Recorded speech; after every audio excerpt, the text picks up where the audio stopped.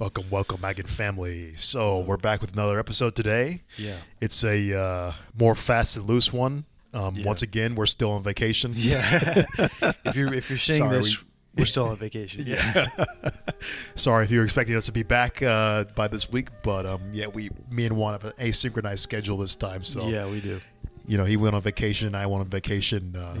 The next week, so yeah. Hopefully, it doesn't become a staycation. No. But in the meantime, please check us out at all of our socials. Yeah. At Eigenbros, Twitter. Mm-hmm. We don't have Facebook, do we? No, we don't have Boomer Book. But yeah, check us out on Eigenbros.com, Eigenbros Twitter, Eigenbros Instagram, Eigenbros2, TikTok, and patrons. Thank you guys once again. We love you guys. Yeah. Greatly appreciate it. If you guys want to join Patreon, just check out patreon.com/Eigenbros, and we do a 30-minute podcast there every week. So if you want to join up, it's just $1 minimum. That's all we need. Yeah. And is that it? And that's it. All right. Yeah, let's get into it. Yeah. Yes, this is more the old style format of me and Juan riffing a little bit because it's hard to come up with two topics in in the span of a couple days. Yeah. But yeah, next time you see us, I'll at least have a totally different look. Yeah. Yeah, I'm going to come out transformed into, I'll probably just get a haircut. Juan is getting ass implants. Yeah. I'm going to Dr. Miami and I'm coming back a different person. The boy's going to be thick. No, but this might be a little bit of what you get on the Patreon. Maybe this will be like a Patreon. Yeah, this is kind of like a sneak peek of like the Patreon-ish. Yeah. I guess. Well, I don't know. We'll see. We don't even know how this is going to go. No, because the Patreon is more we're more inclined to say naughty things. Yeah. Yeah, true. Yeah. we hold back less in the Patreon. Yeah, we do. Do we even bleep out in the Patreon? No. Okay. Very rarely, unless it's something egregious where we're just like, oh shit, yeah, actually that's not a good thing to say. Career ending. Yeah. But those are very few and far between. But we reserve like controversial topics for the Patreon. Yeah, for sure. But on the public channel, we'll say some very PG things. Yeah, but Right? Yeah. Yeah, I think not so bad. Because we've also been focused more on physics content lately anyway. We have. So we've not gone down like I get more fast and loose on politics stuff. Yeah. Our new listeners, this is kind of like maybe the introduction to our actual like selves. Yeah, because we always are trying to relay information, and we did get a lot of influx of new subscribers after the Eric Weinstein GU podcast, and now the Wolfram. The Wolfram one too, yeah. The Wolfram, I don't know how much that's going to get. I mean, since we recorded this, it's been at least it hit 1,000. But the Eric Weinstein was our most watched video so far. Yeah, so we gotta continue that on. Yeah, for our new listeners, we should probably get them an intro to us. Background, yeah, because they probably don't even know, right? Sure, let's do it. I was thinking that was actually a good idea. We could just get people to know us a little bit more. Yeah. So, Terence, tell me, where are you from? So it says here you're African American, although I haven't seen any evidence of this. It says here you're black. Is that true? True or false? Yeah. So I'm from Atlanta. Yeah. And I don't want to disclose too much because we do talk about aliens and shit. And we do get a kind of a certain. Let's just say I get some guys that email me about their theories of everything that aren't Eric Weinstein or Wolfram. Gotcha. So yeah. But anyway, I'm from Atlanta. Yeah. Got my undergraduate degree in physics from Atlanta. I have a BS in physics, so I don't have any.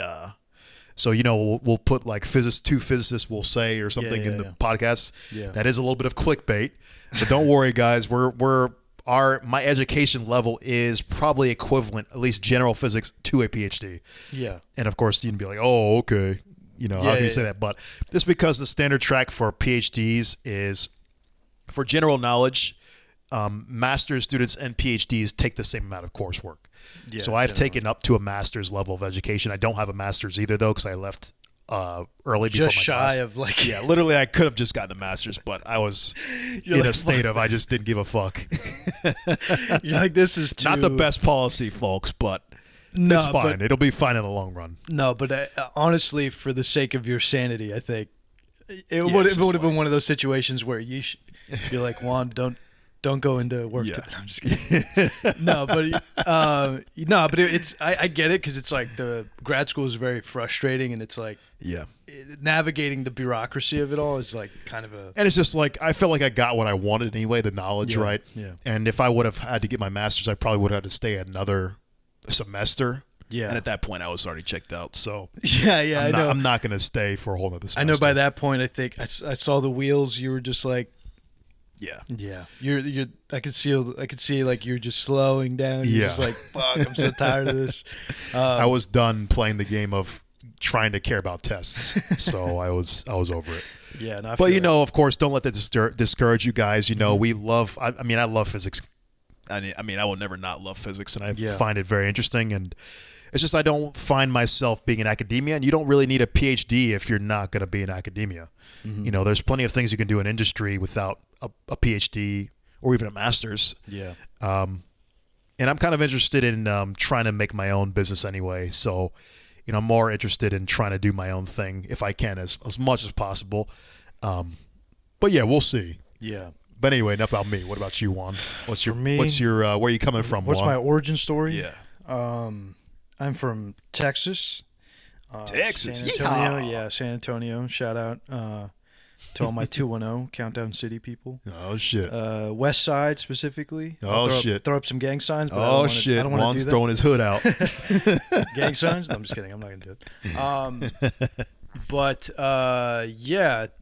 it.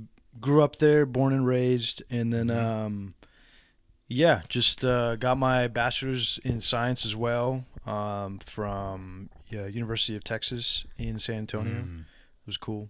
Mm-hmm. It was good. Had a great time being there for 6 years. Yeah. Being a super duper senior. Right. I was doing a bio major, came into physics, and I kind of was undecided for a long time. You mean when you were switching? Yeah. Yeah. Like, because at first, my background is very tenuous in terms of like the math. Like, I was always good at science as a kid growing up. Like, I had an obsession with like technology. Like, I would take apart shit. Yeah. And then my mom would be like, "What the fuck are you doing? You're ruining an expensive TV." Like, I'd throw them, like, CRTs. You remember back in the day, they had, so you couldn't run. They looked cool, like these alien devices, because there's so much shit in them. And if you ran a magnet to the front of the TV, you would, Don't tell me you did that one. I did that. And I ruined a TV. And my mom was like, "What the hell?" And then, for like a youngest age, I was always kind of curious about the world. And so I was kind of naturally drawn to sciences and stuff. And then luckily it was like nurtured through the school system. And so like over time, I kind of knew that I wanted to be a scientist, but I just didn't know what kind of scientist I wanted to be. Yeah. So I was always good at biology, but as people know, biology is kind of like one of these disciplines that's more focused on learning or understanding the mechanisms by like sort of memorizing a lot of the stuff. Yeah, and also, like, it kind of focuses more on one of these levels of like there's like a tier list of like cognitive thinking or something. Make it simpler than that, Juan. What does that mean? There's an understanding in education, I think, of like what disciplines kind of use more important aspects of thinking. I don't like that phrasing. I think maybe there's one that's more of logical deduction, whereas others may be more of cataloging and storage of information. Yeah. Whereas biology, you're taking in a lot of information, cataloging and storing a lot of information, using the memory a lot. Yeah. Whereas in physics, you're not taking in so much information, but you're using a lot of logical deduction and problem solving. Yeah.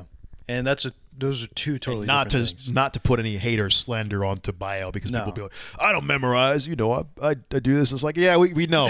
Biology also gets really interesting the higher up you go. Yeah. In the beginning, it's a lot more of that. Same with chemistry. Yeah. Physics is one that's a little bit of that, but it's less so initially, and also it's less so even in the end too. Yeah. But very much everybody at the end of the day is going to be doing physics. So yeah. either way, bio people are going to end up doing physics, and chemistry people are going to end up doing Yeah. physics as well. So that's if you're a researcher. I know. That's kind of the thing that, at least math modeling, and that's kind of what it ended up turning into. For me early on, I was like, if I'm trying to be a good-ass scientist, I probably should just do physics. Yeah. And so I was like, fuck it. I'm not great at math, but I'll do it, because I came from a very, like I was great at English, like I said, great at, like, all these other things besides the math part. Same. It was tough. Same. Yeah. Yeah, we both share that. Very similar in that respect. I mean, I was always okay at math, pretty good at math. I can always get by in class. Yeah. If I didn't not pay attention, because once you don't pay attention to math, you're fucked. Yeah. Because the concepts build. But I failed several math classes. I failed algebra 2, or failed algebra twice. Failed algebra once. Failed algebra 2 once. I failed geometry once as well. Yeah. But that was mostly because I just didn't see the use of math. I didn't understand how good and how much utility it actually had until I actually started using it and applying it for myself. So actually, it was ironically because although I failed algebra, I learned to program. In my algebra class with my TI-83 calculator. And I mean, I didn't know anything about programming. I literally just did it from intuition because it was the TI-83 was so intuitive. We talked about this in some other podcasts, but the TI-83 was so intuitive that I literally learned how to program in BASIC just by the logic of the program. I mean, I literally had no concept of what programming is. It's kind of interesting. It's kind of, I almost think it's like, wow, that's kind of an amazing testament to how logical BASIC is. Yeah. Because I literally didn't even read a programming book to learn how to program that calculator. And that just shows you that just by doing trial and error, you can figure out how to program if the language is intuitive enough. Mm-hmm. But anyway, that's what I did in pretty much algebra. I would just make programs, video games, whatever. Failed, but then eventually, I passed, and I found a utility for math, at least at the algebra level. When I was a kid then. But it was still like a loose utility because I was like, I'm only programming to make games or to figure out how to pass my course, And that wasn't enough for me. Yeah. But then I guess for you, one I'd have to say is, when did you start to actually figure that math is useful? Was useful, yeah. When I realized that I had to remember the pages that like certain chapter segments were on, I was like, I have to remember page 55. Yeah. No, I'm just kidding. No, I had to honestly, I would say like maybe when I got to calculus. And that you got it in high school or? No. Okay. That was in college. Yeah. And it took a long ass time to get to that. I was like 21 when I took calculus, probably. No. Yes. 21. Bro, I think I was probably about the same age. Yeah. But I was already on my decade. I was already in like year 6 of college. Nah. So if I like to think of myself as a success story because literally, guys, if I can become a physicist, so can you. I was in college. Let's just say I was an undergraduate for a decade, and that's not a joke. I was in college undergraduate for 10 years. But you were like you were also just major skipping, right? You were just like skipping majors. Yes, I was sampling every major. Yeah. No plan or objective. I was basically a fucking party addict. I would go to every party, literally. I mean, I was probably partying at least 3 times a week in my real early days. Nice. And I'm talking like getting like destroyed. Yeah, like blasted, fucking partying. Yeah. Till like 6 a.m. Like, I was going to the clubs every single night. They all knew. Not every night, but at least every week, they all knew who I was at the club buses. Yeah. I was partying all the fucking time. Dang. Early college. Well, I can't speak. So that definitely is not a science major experience. No. So just letting you know, if you're going into the sciences, that is not an experience you will ever have. No. Because you I had will not be partying. Yeah, I had the antithesis to that. Like I was very much like, what's partying? Like if I and even for me, like I maybe went out. I had to literally make time to go out. Like I had to carve out like a weekend, like and like a good part of the weekend evening. Right. Leaking into Sunday morning so that I could recover from my hangover. And then you're paying for that. Yeah. Throughout the week. Yeah. So it was kind of like I had to work it all into a schedule, and it was tough, but it was fun. Like you need an outlet for that. Mm-hmm. But it's hard. Yeah. My path is by no means a traditional path. And the only reason I did it was because I could afford to, I was just able to, I was able to have that luxury to, fuck around if I wanted to.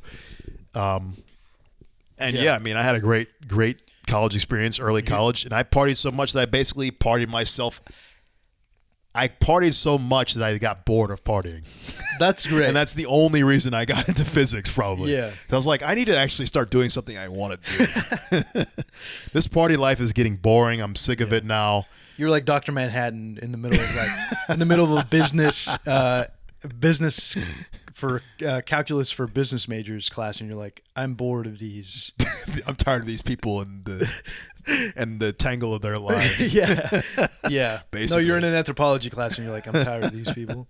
And in a similar, not in a similar vein, I very much had a very sort of traditional kind of like pipeline. To like, well, I was doing bio, and then I just wanted to be the best scientist I could be, and then like you sort of get to the point where you're like, well, I'm going to be doing math modeling, and I suck at math, so I might as well do physics because it's like I like the science. Right. But, is that kind of how you approach it? You're like, fuck it, I'm just going to do like what attracted you to physics? Was it the science part of it mostly? Well, I think I was always kind of toying with the idea of physics because I never really quite understood. Like in high school, I took a little bit of physics. Yeah. But it was like such baby physics. I didn't even know what it was. Like I barely even understood what it was. Yeah. It wasn't even problem solving. It was like, remember the equation for frequency and wavelength relation. And I'm just like, okay. Oh, this is magic. Yeah. I'm like, okay. I mean, whatever. Yeah. It was more memorization kind of. I think they just didn't think high schoolers in my school could handle physics. So they just like, just treat it like biology and memorize things. Yeah. So I was like, it's okay. But then, as I started becoming more existential when I was in my young 20s, because that's what happens, right? And I'm sure the undergraduates watching this will truly understand. For me, 20s was a very hard hurdle to get over. I thought it was one of the most critical points in life because you are in such an existential phase of trying to figure out what the fuck am I going to do for the rest of my life? Like literally, you feel so trapped. But anyway, what was the original question? I have to try to get back on track. What attracted you to physics? Yeah, so then eventually, going through this whole existential period of life, I started researching and watching documentaries, Michio Kaku, fucking Neil deGrasse Tyson, Brian Greene, Stephen Hawking. And I just found myself watching this shit every night, watching these things, looking at the Wikipedia articles on Standard Model. I learned about the Standard Model, and like I knew everything about the Standard Model before I was even in physics. Looking up string theory, Ed Witten, watching Ed Witten videos all the time. All this shit I was so addicted to, and I got into such a phase also of just being addicted to finding out every type of particle. Like I wanted to know every kind of new particle, I was like, wow, we got quarks, we got leptons, we got bosons. Then I started seeing things like ghost particles, virtual particles, photons, quasi-particles. Yeah, quasi-particles. And I just got so addicted to all that stuff. And I was like, man, this shit is cool. And I was like, wow, like they don't teach you any of this in school. And I'm like, man, how would I... And, you get to a point where you're like, okay, I can keep watching documentaries and stuff on all this stuff. And it's like, you'll never actually know what it means to actually figure out how the universe works without math. So then I came to a crossroads. I was like, okay, I can keep doing this and just like trying to think I'm going to beat the system by being a conceptual physicist, or like a guy who is on par with physicists by just knowing concepts. But I'm like, no, I never will be. I have to know the math. So then I was like, you know what? Fuck it. I need to just go into this hard as hell and just go into this and really understand what physics is. So my motivation at that point was fucking through the fucking roof. Damn. So I was completely enthralled in physics, and I was 100% into it. And I mean, I was locked into physics for pretty much from my start of my undergraduate all the way to my end of my graduate career. I mean, I was locked in hard. Damn. What about you, So Juan? What would you say? You wanted to be Black Einstein. Is that what you're telling me? Yeah. I mean, I feel like that's a lot of physicists. You know, when you're in physics, there's something weird about physics where it just inspires people to go hard as fuck, man. Yeah. Because even me going hard as hell, I still feel like I was just like a normal guy in physics. Yeah. You know what I mean? There's definitely a bar set because, like the famous Newton quote, you're standing on the shoulders of giants. Yeah. And the professors have like a really high standard. Yeah, physics was the only thing that I felt like, damn, like I can be going extremely hard, and I feel like I'm like an average guy, kind of. Yeah, it's in any other field, I would feel like I would be like the top dog. Yeah. In physics, you feel like, oh, this is the normal state. There's an incredible level of humility that you have to have. It really is. It's like I used to think I was kind of like, oh, like, because I was really good at biology, which is what I was doing. Yeah. And I was like, all right, why am I paying this institution thousands of dollars to teach me something I'm already good at? That doesn't make any sense. Yeah. So then I was like, all right, let me see if they can teach me some hard shit like math. And then and then physics, which is something I wanted to do, but it was like I never thought I could do it. But yeah, I've got that sense, and especially I think I can talk from experience. I've been through so many majors. Mm-hmm. Nothing really felt challenging. You know, when I was in foreign language, I was like, I'm so good at learning languages. It's like, what am I really learning? It's kind of it's just like I'm just sitting in this class. The homework wasn't really anything. Yeah. I mean, I got by just like barely giving a fuck in foreign language, and I was one of the top in my class. You know, music. Of course, I had an advantage in music. I don't even know if the audience even knows this, but I play violin. Been playing violin for 20-something years. I don't even know how long anymore. Yeah. I felt like no challenge because I was already ahead of a lot of the people there. Of course, there's some prodigy type motherfuckers in there always, but you know, it didn't feel like much of a challenge. It's like, okay, I'm always going to pretty much get within the top 5 for orchestra. That's fine. You know, then business, I would go in there. It's a lot of memorization, reading shit. Didn't really feel that compelling. But yeah, when I got to physics, it was like the only thing that felt like a real challenge. It felt like I could actually use my full brain potential. Yeah. Yeah, and if you like to be challenged, I feel like physics is very much for people who like to be mentally challenged. Yeah, and that's so true. You definitely feel for real mentally. You do really feel mentally. The double entendre is real. It 100% is because you definitely feel. The professors will make you feel pretty insignificant when you don't know how to do things, and it's bad because, like, I mean, like it does humble you in a lot of ways, and like, you know, in it's kind of easy for us because, I mean, we're just saying like we're kind of we're not. I wouldn't say we're shitting on the other majors, but like. Yeah, it is like something about physics. The thing about physics, I think I mentioned this in one of our previous videos, is that it incorporates not only the fundamental layer of like memorizing terminology and stuff, like categorization of stuff, but also it puts more an emphasis on the contextual like aspect of like problem solving. Like you're given new context to a lot of things, and you have to think fundamentally. It's so good at like, if you're a person who likes puzzles and solving puzzles, I mean, physics is literally like an endless just solving puzzles. Yeah. So it makes your brain feel so sharp because you're like, oh, I can solve any problem. Yeah. Because you eventually get the tools down so well that you literally feel like you can solve any problem. Yeah. Like if somebody, like I feel so much confidence now where if somebody tries to ask me, I mean, I already felt really confident in my logic beginning with physics. Mm-hmm. Now the tools I have, and the whole mathematical language I have, I mean, it's beyond what I ever could have even imagined, honestly. Yeah. Like I can take a critical approach to things. Like if I see a problem, like, okay, I have to sort of think about this in a way to help solve the problem. But like now, for me at least, like in my day-to-day life, I kind of switch that off. Yeah. Like, I don't know about you, but I'm like, I'll conserve my logical energy. It depends on what I'm doing. Yeah? I won't switch it off if it's something I actually think is useful. No, it's same. Yeah. But if it's like something I don't want to solve, I'll just ignore it. yeah. It's usually it's interesting. Like, I don't know.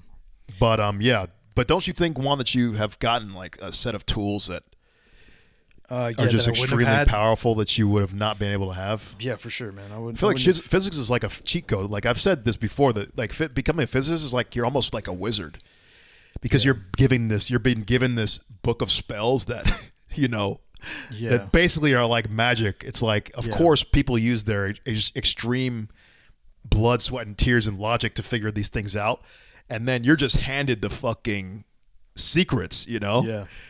And you're just like, damn, like I get access to all this. Like, it's such a cheat code because it's hundreds and hundreds of years of knowledge has been accumulated, and they just hand it to you for not for free, but yeah. Like, imagine telling somebody that you could, like, in theory, like sort of determine the path or like time that it would take for something, like to describe something happening, right? Mm-hmm. Like, if I'm going to throw the ball, it's going to take exactly 13 seconds to get to you. Right. Like, that might blow somebody's mind 100 years ago or 200 years ago. Right. But you have the math. But nowadays, you're like, oh, I can show you how to do calculations in 30 dimensions. Or, like, you're like, what does it even mean? Yeah, like, or, just crazy shit. Like, I can tell you a semi-accurate picture of what the smallest unit of everything is made of. Mm-hmm. Like, you can show people of what the energy levels of electrons are and atoms and things. It's like, I could show you such a crazy thing to be able to have as a knowledge base. Yeah, there's like household experiments you could do that would blow people's minds. Like, water is like polarizable. You could put a little stream on, and then like take a magnet and it'll bend the water. Right. So like things like that. We just have such a good fundamental understanding of how the world works. It's like, it feels magical, really. Yeah. Because you literally are given these crazy insights that people who have spent millions of dollars, millions and millions of dollars, millions of hours on these problems. It's like you're literally just being given a book of so many people's work. It's crazy that we're just given, like, we can just take this knowledge and learn it within one lifetime. Yeah. You could describe like convection. You could describe certain phenomena physically that like just through logic kind of thing, or just through your foundational knowledge. Yeah. It does feel like you can use logic on top of the foundational logic, the axioms and fundamental things that you've learned or that other people have discovered and brought to you, that you just could not do. Yeah. You cannot recreate all of physics in one lifetime. No. We're so lucky to have been given this place in life to be able to take these people's knowledge. It was worth a couple tens of thousands of dollars, I think. It is good. It feels like, and I say this on the Patreon a lot, it feels like you have Illuminati levels of knowledge. Right. We really do. It's Masonic levels of like knowledge, where it's like, oh yeah, we have like knowledge that people would have kept secret hundreds of years ago, just being like, we know how the world works, but don't tell anybody. Just the body of knowledge on the internet with normal people, they get access to physics, but we truly get to understand it, right? Physics is one of these last, I would say, disciplines that still feel like there's math in itself is sort of a language that is gate kept by the fact that it's like a very poorly taught subject, I think. Yeah. And like, see with both of us. Yeah. It's so conveyed, like, you just don't know the utility. You're like, do I really need this stupid ass quadratic formula in my life? Like, when am I gonna ever use this? Oh, in physics, you use it like all the time. Yeah, I know. Yeah, you literally use it all the time. Yeah. Like I tell, like you learn linear, like when you learn systems of equation, and like how that applies to linear algebra. Yeah, I tell people, I'm like, you're doing quantum mechanics. Like when you're doing linear algebra stuff, I'm like, this is how we do quantum mechanics. Just letting you know. Oh, that's kind of cool. Yeah, I never thought to say that. Yeah, because it's like that's fundamentally. Not entirely. It's the same math that is used in quantum mechanics to find the eigenvalues and eigenvectors. That's a huge part of it, right? I mean, so it's like, I mean, the math is there, but you don't know the utility. It's raw. Like when math is taught, it's taught sort of like as a blank slate. Yeah. And the thing is, I think a lot of people that are scientifically minded, they're like, well, what's the point? Like, what is the application? We're using these things in the abstract and not tying it to any real sort of right. And as a kid, you're trying to get rid of things to learn. You're like, I don't want to learn shit that I'm not going to use. Yeah. You know, it's like, why am I going to do this? Yeah. It's a waste of my time. It seems math is taught to be like, and I hate to say this when I'm like tutoring people or helping people, but I'm like, I tell them it'll make sense later on. Like, yeah. But everybody says that. You're like, okay. Yeah, I know people roll their eyes and stuff, but it is kind of true. Like we could sit down and like I could really show you, like I could pull problems from textbooks that deal with it, but and yes, it'll be like, oh wow, this is cool, but you won't know until you get into your core discipline. Yeah. You know, so sometimes you got to accept the facts and just move on. I try to give people some elucidation though, even if I don't explain the math. I'll do like what you said, like, oh, this is quantum mechanics or something along those lines to show people that there actually is a use for this. Yeah. And then more textbooks should do that, to be honest. Right? Yeah, I think so. Like they should have like footnotes like, oh, these things are used in so-and-so. These things are used like I really think textbooks should be more about examples too. I kind of hate the whole overly rigorous approach people like to take nowadays, because the overly rigorous approach makes material sometimes so dense.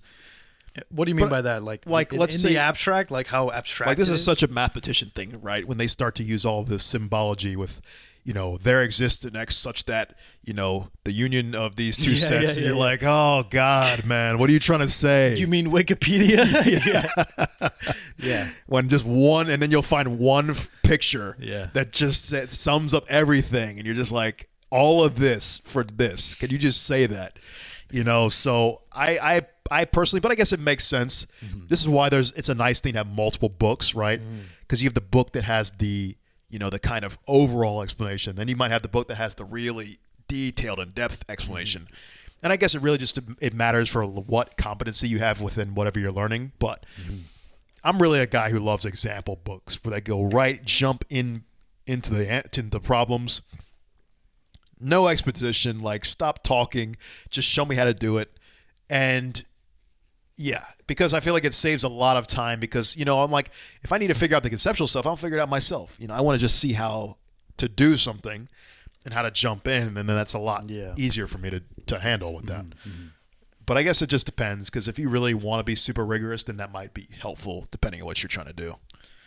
Yeah, math is its own beast, and it's kind of tough translating that, and I think that's been a huge turn off for a lot of scientists or even potential scientists, because just the way it's taught and sort of marketed, I would say. If anything, those classes should be taught in parallel to the subject matter in some ways. Like, that'd be cool, like applications of the math or something. Yeah, like you like this, you have to take this concurrently with, or like even programming, man. When I found out programming in algebra, I was much more interested. Yeah. You know, I found ways to apply it in some other ways. I'm like, okay, I'm going to make my own kind of application. Yeah. I think I must have failed chemistry like twice in high school. But as soon as I started getting into programming and making my, I made a molar mass calculator.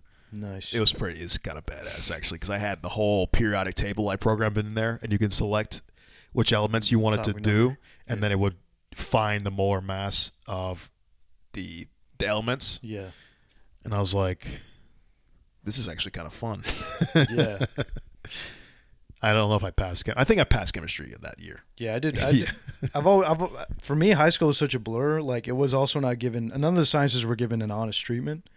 Even the math. Like, I remember in physics when I took it, it was like, all I remember is my physics teacher. She had abs. That's all I remember. Oh, and then we did a laser lab. So she was physics and physical. Yeah, like she could probably kick us and like like do one of those calculate the trajectory. No, one of those do one of those time. chest kicks in movies where like the person flies across the room. Like that's how she was like that in, fit. Super Cop. Yeah, where she would just do a spin kick and then you just yeah. She looked Street like fighter. She looked like a street fighter. Yeah. Nah, but she was great. Shout out to her. I forget her name. My teacher now. had a big ass light bulb head. Amazing. I drew a caricature of him on the board, and he got so mad. Ooh, that's not good, Terrence. No, I had a teacher who I wasn't mean anything by it. I just thought it was funny because he had a big light bulb head. I thought he would find it funny, but he got so pissed. I mean, look, I He said, "Who drew this?" Nobody ratted me out though. So Oh, that's good.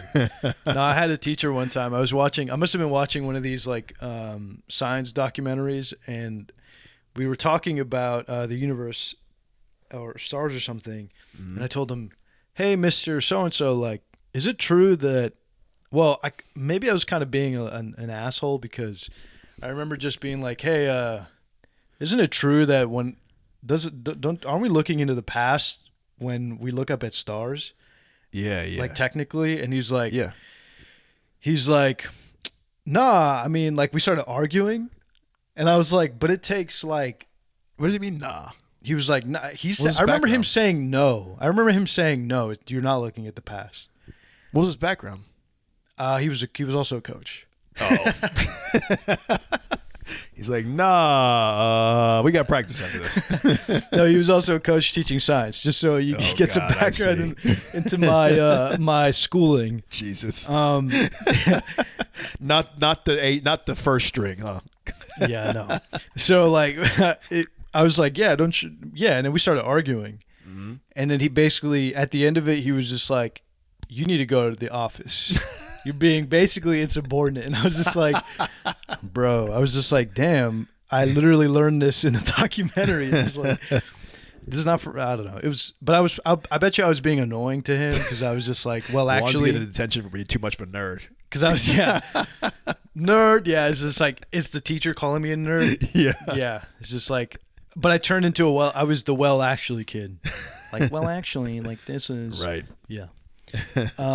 Which was a huge problem because I learned in a lot of social settings it's not good to do that to people. Yeah, it just depends. It just depends. Yeah, it depends. Well, some professors don't like that. Yeah. Yeah. You just gotta They feel like you gotta you're do it right challenging them. sometimes too. Say what? You gotta do it right sometimes too. You can't make people feel stupid. Yeah, gotta, yeah. like- That's the thing. I lacked sort Grace. of grace and charisma. Finesse. Okay. Yeah. Yeah. in saying these things. I was young. I mean, as we all can yeah. relate, I'm sure. Yeah, but I mean, I learned my lesson because in undergrad, by the time you get to undergrad and you try to do this, you will get, you get whipped. You would. I saw this. I saw multiple times like students that come into from high school and they jump into like an advanced class and they're like, "Oh, but my high school was great," and then they come into like an advanced physics get class. destroyed. And It's then so much harder than they thought. Yeah, but they come in with all these misconceptions because they had like a. Oh, bad. Well, they just didn't have the complete picture. So Okay, the yeah. professors, Are just like, shut up. yeah, pretty much. Yeah. But yeah, college is kind of like, but that's kind of the background of us, I think. Like, as far as like the our training and Yeah, sort of like our point of view or philosophy, I would say, right? Mm-hmm. Yeah, I think he's accurate. Yeah, but then also we come from like a sort of, I don't know, comedic backgrounds, I would say. I wouldn't go that far. Well, we have well, I would say say I have no comedy expertise. no, but you. I'm sure it's not that hard to figure out. I'm not that funny. I I think have a good sense of humor, but my joke Yeah. telling skills are not. Oh, I see. Are Yeah, not, me either. I mean, me too. I'm not bad. anything. I'm bad at it. I would love to be good at telling jokes, but I can't tell jokes. that's like a But whole I think other career. both of us have having a sense of humor about ourselves is like, Yeah. or not taking ourselves too seriously is kind of what is differentiates us from other science creators or content creators. Yeah, I would hope so. Yeah. You know, I think a lot of probably our audience can relate to, you know, a lot of scientists, you know, they all feel like super geniuses and, you know, these, you know, guys who have been born in physics and have galaxy brains. Yeah, exactly. Just they've been in this their whole lives. It's like no, I literally, I didn't even know what physics was until like early undergraduate, basically. Yeah. Like they have galaxy brains that are choking. They're fighting with themselves. Like that meme. Yeah. There's like a picture that you sent me, but I love those galaxy brain ones for the kid. Yeah.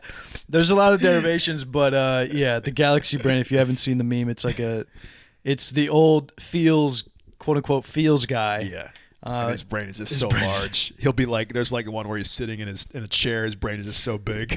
He's sitting on his own brain. Yeah. There's one where there's one where he's having sex with his own brain. Yeah. There's one where he's fighting his own brain that looks like a character of him. It's so dumb. It's really dumb. But these are the kinds of people that it feels like you're talking to when you're in science, right? You get these like big brain people that take themselves really seriously. Yeah. And it's like, all right, we get it. I mean, science is I don't know. I feel like science is one of these things where, it's important, but it's not like... But nothing in life is that important. It's not like we're creating atomic bombs here. You know what I'm saying? Like, I mean... Actually, we kind of are. Well, I mean, unless you're actually part of this... program, nuclear program, then I would take it seriously. But even then, you gotta, I just think it's important to always remember that life is not always just serious, right? Yeah. You have to have sense of humor in life because, you want the full experience of life. Mm-hmm. That's one thing I guess I have learned by being such a weird version of a physicist where I did have a life, a very I guess full social life. I would say you saw life out. You've had a life outside of physics. like I recognize the importance of living life. Yeah, and I think honestly, you should always choose to live life the way you want. Mm-hmm. At least when you're young, especially because you only get one shot at that. Yeah, and I thought that's just an important thing to really be able to experience the fullness of life. Life isn't always just about work and, responsibilities. Of course, sometimes people don't get that luxury, unfortunately. Mm-hmm. It depends on your situation. But if you can experience life, and as much as you can, I would say try to do that.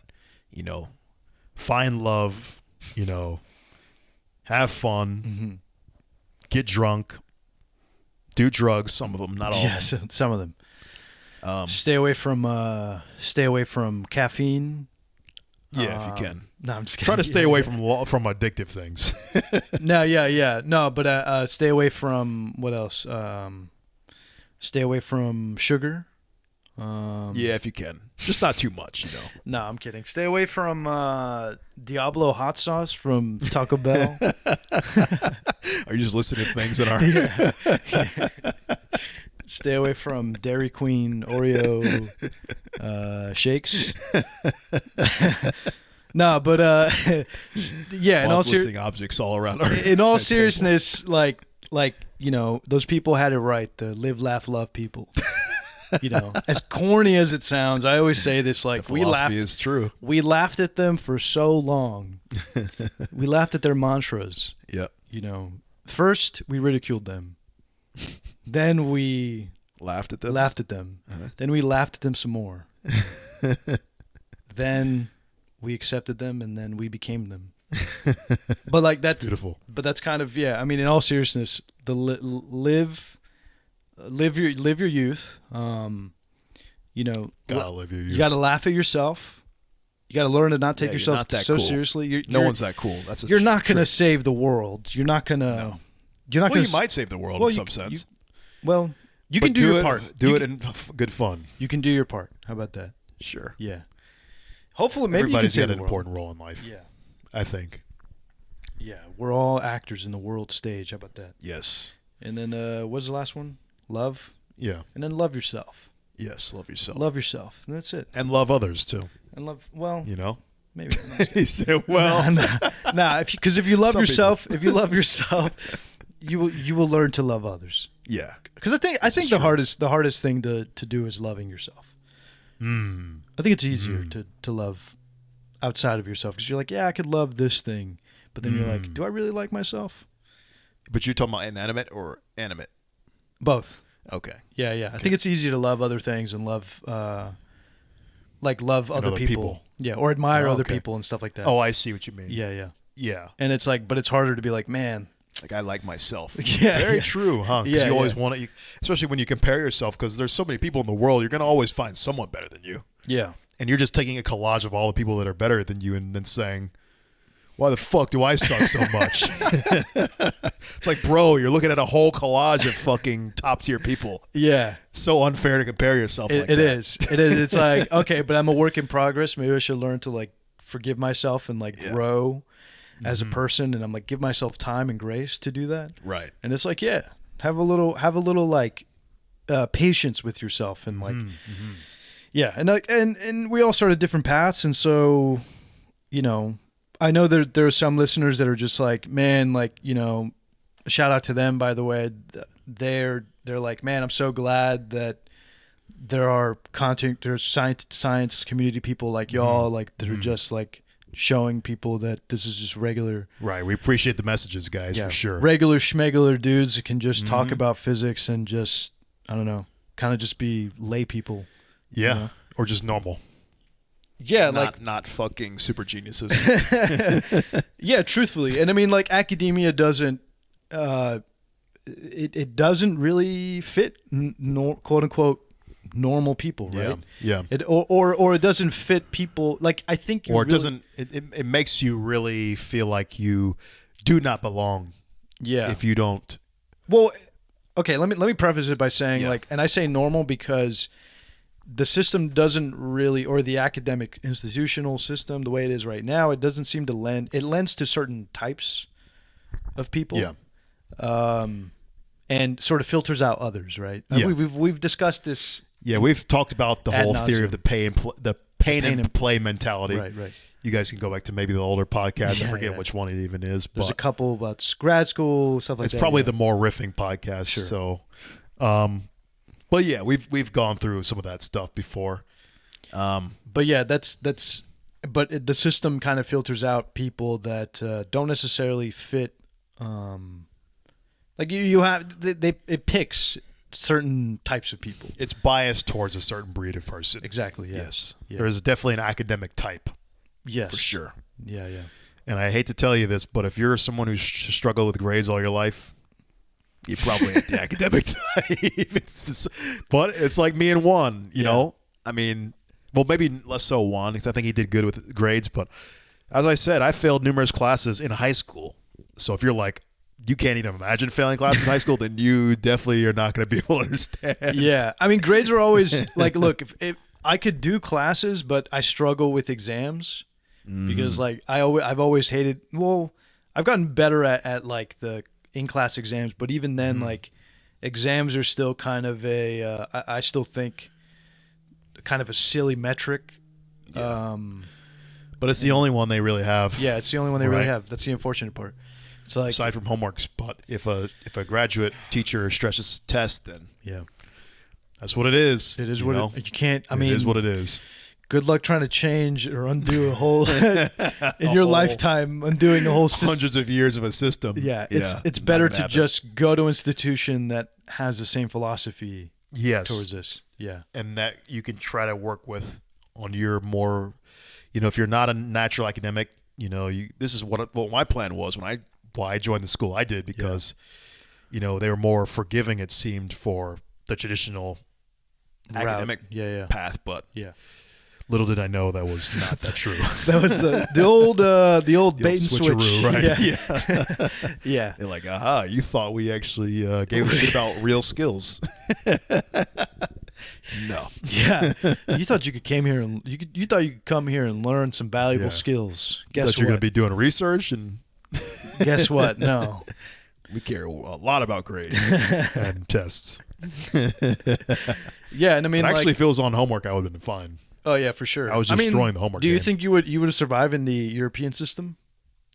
Yeah, more? maybe. Do you think you would? I think so, because at least the ones that I've seen, like I was looking at one point some school in Glasgow. Yeah. And they stress research more. And I think I'm more of a guy who thrives in a research environment, because if I have a goal and I don't have to, I have like a goal or project, I mean, that's all what real physics is, right? Yeah.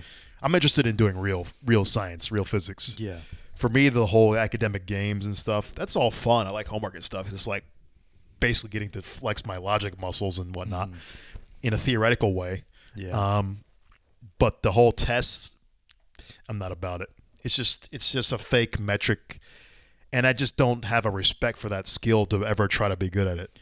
I can't care enough to want to do well on a test within an hour's time period, because the skill doesn't translate to anything. All it translates is to passing a class. Yeah. But I can't care. I can't care. Yeah. It's too hard. It's too difficult to try to manifest a skill, especially a skill that I've never really had. Yeah. Well, Terence, what if I told you right outside this door is a guy in a suit? Okay. That looks like a stack of exam papers. What the hell? And he's walking through this door right now. Would you beat him up? Beat his ass. Yeah. He's like, I didn't do anything. just showed your face around here. And I give you a bat. Yeah, I just give you a bat. I'm like, here, you can take it out on him. But I feel the same way, 100%. Like, yeah, we, as our listeners know, we feel very strongly about.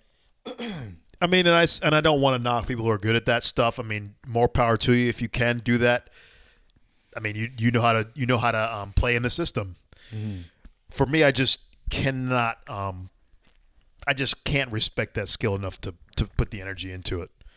But that's fine. It's just like I have my own. We all have our own pathways in life, and for me, I just cannot go down that route. Yeah, for me, like I've always felt like exam taking. Like I'm going to be honest with you, the hack. Yeah, is always like kind of just guessing what the professor's going to ask. Right. And I don't care to do that. And it seemed like most people who were successful knew about that hack. Yeah, like for me, my intuition would always lie to me because I would think, "Oh, the professor wouldn't care about this. This is unreasonable to put on a test." And then that's what they would put on the test. So I'm like, I don't know how to play this game. So for me, the game never works. So I just can't care. Because you're like, "There's no way." But this is such an in-depth problem. Yeah. This problem literally took me like 3 hours to complete. But that's what there's no way they're gonna put that on an exam. But see, that's what the professors. That's what they want to test you on. They're but I'm like, who has the who? And it happens so often. If you remember. I know, but I'm that's like, the thing. how did they? Why would they do this? But see, that's the thing. No sane person, no person in their right mind would say, "Oh, we barely covered this material in class, but guess what? I'm really going to test them." This is what it happens so often. It was like it was like I would just start laughing when I would look at it. No, I know. Like, wow. I remember when me and Terence were taking classes, we would be sitting and then I remember just looking over at him, like when you take. Everybody's looking through the exam. And I remember just looking over at him, and I see Terence just being like, shaking his head the whole fucking time. And I just hear from across the room. I mean, it was like a comedy, man. It was like a comedy. Like, dude, this guy really. And then the professors really would have the gall to be like, what? You guys, we went over this. Yeah, and like, how did you guys do bad on this? I'm like, I'm done. I'm like, y'all are so out of touch, man. This is insane. Yeah. But I mean, academic wounds. I mean, look, yeah, and Eric knows what we're talking about because he's also been hurt. Yeah, he gets it. No, but yeah, I mean that's kind of our background. We're physicists. We have been through up to graduate school. And Juan's got the degree to show for it, at least. Yeah, I have the master's, but Master Juan. And I've taken. I mean, same thing as Terrence. I probably only took one extra class in you. I think. I took the many body. The many body. Yeah. That was probably the only class. I think you actually have more. That's what I'm saying. I mean, I have a general. I have the same knowledge as a PhD for Pretty general much, physics. Yeah. So that's why I feel like I can clickbait you guys with those videos saying to physicists. Yeah. So for all intents and purposes, like I mean, the only thing we really both of us need is like a real like QFT class. Yeah. That's probably the only thing we're. Yeah, it's the one I do regret. If I ever have, if I'm ever like retired or I got myself independently wealthy, I can definitely see myself taking QFT. Sit in a university lecture class. Man. I mean, it's like I do regret things. I'm like, why not just finish out the knowledge, right? Because then I would be completely on the leading edge of physics. Yeah. Or like have all the tools to be completely on the leading edge. Yeah. Because QFT really is the big wrap-up. Yeah. You know, because that's how you get to the standard model. That's how you get to Yang Mills. That's how you get to that kind of stuff. So yeah, that is the one class I do kind of regret not taking. Do you have any regrets for QFT. classes? QFT as well? QFT, yeah. Like one day, though, I'll do it. Like I took a class. Oh, I have the book here. I took a class that's like got kind of like QFT. Well, it's quantum many-body. Yeah. And who's it? Federer and theory Willeka? of Federer and Willeka. Yeah. It's classic. It's good. I mean, look, there are Feynman diagrams on here. It's like all this stuff. I have notes, but it's not as It's extensive. It's extensive, but you don't know the quantum field theories as well as like a particle physicist would. Yeah. So and those people get to see like if you want to do like physics that's like relevant to the standard model. Yeah. That's the QFT stuff that you're going to be doing. Yeah. Like that's like doing QCD, quantum electrodynamics. You know, the real shit. The real modern physics. Like the theories of everything kind of shit. That's that realm. Yeah, we basically have, I think for you and I, it's like physics up to maybe like the 19, because we've taken condensed matter, so it's like we probably have physics up to like the 1950s, 60s, yeah, somewhere around there. Yeah. Sounds so bad. It sounds hilarious, but that's true though. Because QFT. That's like what? That's Feynman era, so that's got to be like around the 80s or 70s. 80s, yeah. So, yeah, probably 70s, 80s, or 70s, I guess. Yeah, man. Because like Ed Witten and like C.N. Yang and all them, that's like Yang Mills / string theory and all that shit. Yeah. But I mean, maybe we'll do a little like, I don't know. There's so many people that have done like their own QFT, but maybe one of these days we'll teach ourselves QFT. Been trying to with a podcast, but it's a bitch, man. Yeah, QFT's tough. Those David Tong lectures though are always calling me back every time. Interesting. Those David Tong lectures are sexy as fuck, man. If you guys want to go check out some good QFT lectures, I mean, those are like legit. I love just reading the first page of the David Tong QFT lectures. I'm like, damn, this dude is good. I don't even know who that is. What does he teach? He's got free lectures online. I just knew him from his QFT lectures. Everyone recommends them. And every time I read that first page of the David Tong lectures, I'm just like, damn, there's nobody who did this better. I gotta check because he goes through and like shows you all the important shit. He's like, oh, this is how you derive like the electromagnetic. He's like, this is how you derive the electromagnetic field tensor. And that's like, this is how you do. Like, he shows you all the important shit. Yeah. And he does it in a way that's very like quick and to the point. Mm-hmm. And it's like, yeah. If I actually had the time to go through the homework questions, because he has a PDF of like lecture questions that you can go through and like answer, I'm like, man, if I could just do all those, then I feel like that's probably a good start to QFT knowledge. I want to do that. Yeah, it's good. Do that. David Tong is the way to go. Yeah. There's some other ones that I heard recommended on Stack Exchange. One of them I want to try. I don't remember the name though, but there's a good list if you type in Stack Exchange best books for quantum field theory. There's a really good list of stuff that people have made. Mm-hmm. I do want to teach myself because it's like, it's super important. I think it's like every physicist that goes through the system kind of needs to know that. It's like we're so close to the edge of physics. Why not fucking just learn it? You know, one day I'm gonna do it. Yeah, same. But it's, you know how it goes. It's like, damn, this is deep. But I mean, that's pretty much it. I mean, we. Nice. That's pretty much us in a nutshell. I don't think there's any other questions. Ask in the comments, folks. Yeah. Or say, shut the fuck up. We heard enough. Yeah. I mean, don't look. Care. if you want to know research stuff, I think there's a video I had about my research. I'm surprised you stretched that into an hour. The video of like my project. Oh yeah, Juan's research. We called it. It's got a red background with you in the center. Yeah. And check that out if you want to know more about my background. Oh, and they can also check out Beyond the Physics podcast. So our buddies Joe and Irene actually do a podcast called Beyond the Physics where we both did interviews. Yeah, we both did solo interviews. More personal interviews. We even went back to like childhood and shit. I know. Analyzing our psyche. Joe, the fucking psychologist over here. Joe, like, I was crying at the end of it. No, I'm just kidding. It's like, thank you, Joe. How much do I owe you? So check out our buddy Joe. Joe's been on the podcast several times as well in the past. Yeah, Joe's great. Love you, Joe, if you're watching this. I know he and probably Irene. is. We love And Irene too. Yes, Irene, love you too. We got to have them back at some point. Because, the show. semester's over. We need to do something with them. Yeah. But all in all, that's pretty much it. If you have any comments for us, like, let us know. You suck. You're great. Yeah, keep it up, Leave it all, guys. We'll comment. Yeah, we'll listen in, and hopefully our vacations went well. Yeah. This will be the last of the vacation podcast. I'm going to come back with a tan or something. With just like really, really crazy tan. Yeah, I think we gotta come swinging hard when we get all rested up. Yeah. So when we're back, we're gonna have. We got some ideas in the. I do. burner, so. I do. So yeah. So hopefully, guys, you'll still be around here, and our viewership wouldn't have plummeted down to that much. But yeah, that's good. So make sure to like, comment, share, subscribe. Indeed. If you haven't already. Check out the websites, eigenbros.com, Eigenbros on Instagram, Eigenbros on Twitter, and Eigenbros2 on TikTok.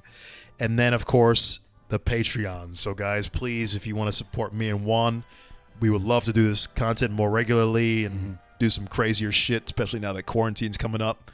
Maybe we'll have some cool ideas coming up if you guys want to support. Yeah. Throw some money at your boys. We might get crazy out here. Yeah, please do. And that's it. Hopefully, we look forward to seeing you in the next episode. All right. See you guys. Peace.